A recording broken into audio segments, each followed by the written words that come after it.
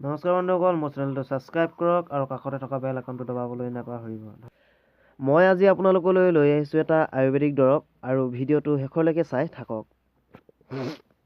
আমাৰ কেতিয়াবা বৰ মূৰ ঘূৰাই, জ্বৰ উঠে, তেতিয়া আমি ঘৰতে এটা দৰৱ খাব পাৰোঁ।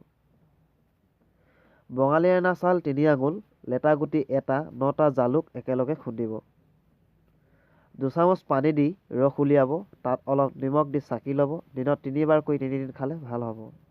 তেন্তে বন্ধুসকল, আজিলৈ ইমানেই। কিবা সুধিব থাকিলে কমেণ্ট কৰিব। ধন্যবাদ।